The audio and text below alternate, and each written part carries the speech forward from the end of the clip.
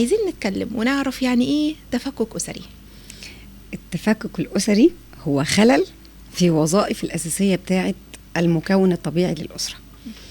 بيحصل خلل فالدنيا كلها بتبقى بتكمل على الخلل ده. يعني التفكك الأسري ده بيبقى كذا شكل. يعني المباشر ده اللي هو الانفصال، يعني طلاق زوج وزوجة، وفاة الأب أو الأم، هجرة مثلا الأب مسافر مش موجود. ده بيبقى شكل تفكك مباشر وصريح مباشر. خلاص. هو في تفكك قدام باين للناس كلها وللأولاد لكن الغير مباشر اللي هو بيبقى كلنا عايشين في بيت واحد لكن كل واحد يعني لوحده. ما حدش يعرف حاجة عن التاني. الأوقات الأكل والشرب والحياة كل واحد ليه شكل من حياته غير التاني، مختلفين تماما عن بعض، بس احنا كلنا عايشين في بيت واحد.